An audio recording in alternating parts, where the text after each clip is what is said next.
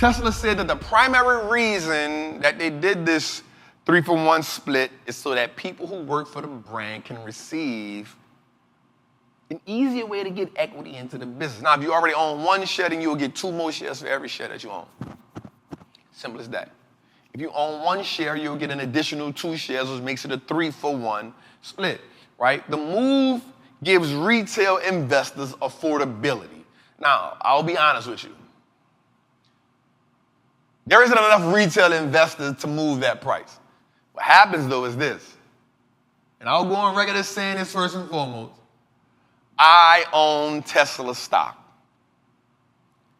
I'm going to do my best not to be biased. I'm going to do my best not to be biased because it doesn't serve me or serve you if I'm biased. The goal is to give you the real truth, and then you make the best decision from that. Remember, every investment that you make, you should do the homework on it. No investment decision that is made should be based on the fact that Trappin told you to do something. If you can't do the homework, if you can't do the research, you should seek out financial guidance, financial advice from a financial advisor or a financial fiduciary. I know one by the name of Rasai Bilal, part of the Earn Your Leisure family. He can take you to glory. I can only take you to the trap house. Baby! Right? But I won't be biased in this situation. When you think about Tesla as a company, it is more than just a car company. It is an energy company. It's a technology company. Right? It is a car company as well. It is a company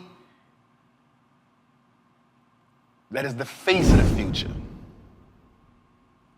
I will go on record as saying that this is the company that is the face of the future. Because as people buy Tesla cars, at some point, they'll get Tesla charging stations in their home.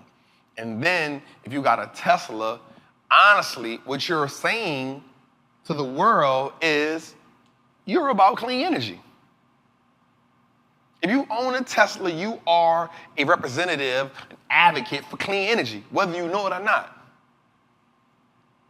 And so you have the likelihood of putting solar energy on your house, whether you know it or not.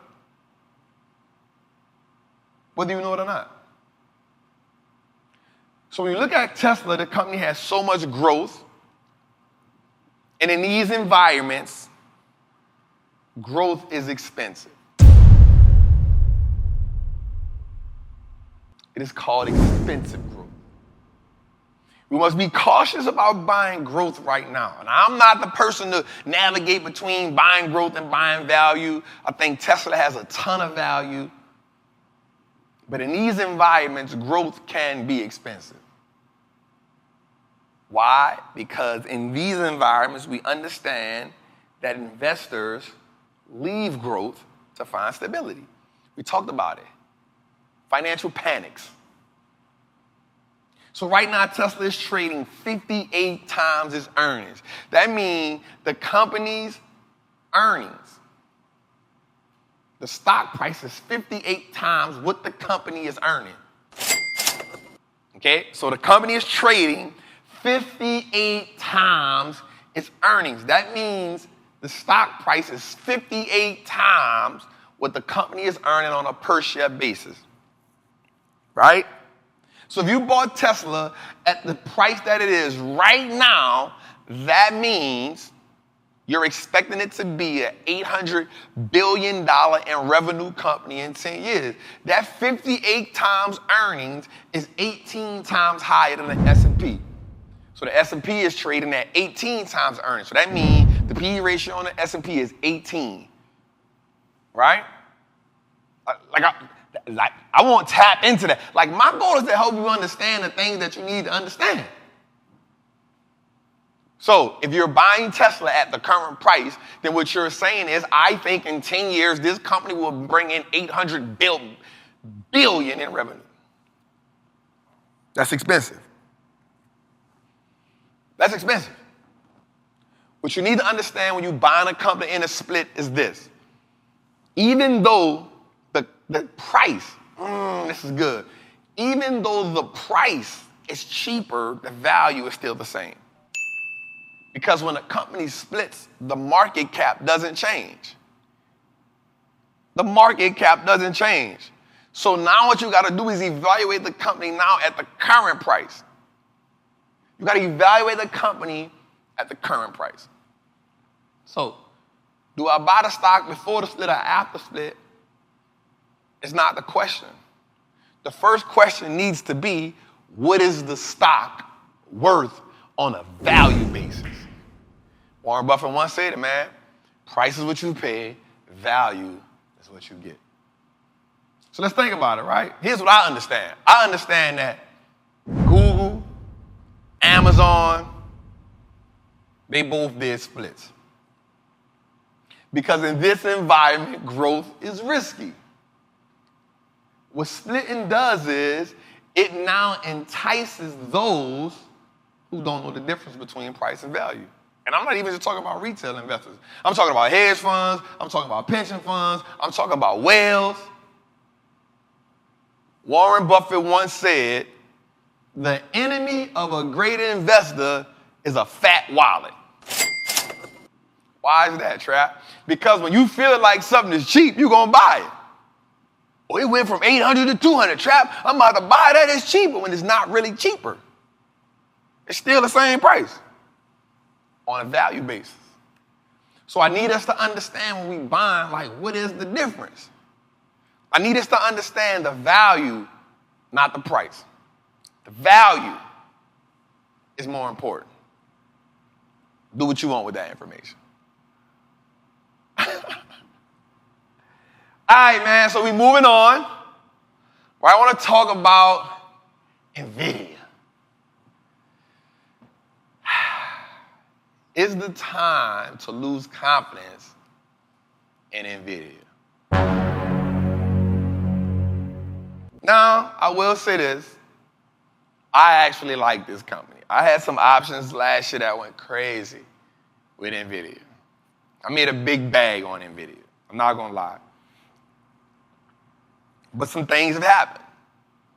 And so one of the things we got to ask ourselves is, what do we do when a story changes? I always say this, you can love a company, but never be in love with it.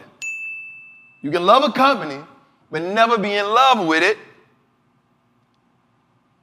Investing is a game of returns.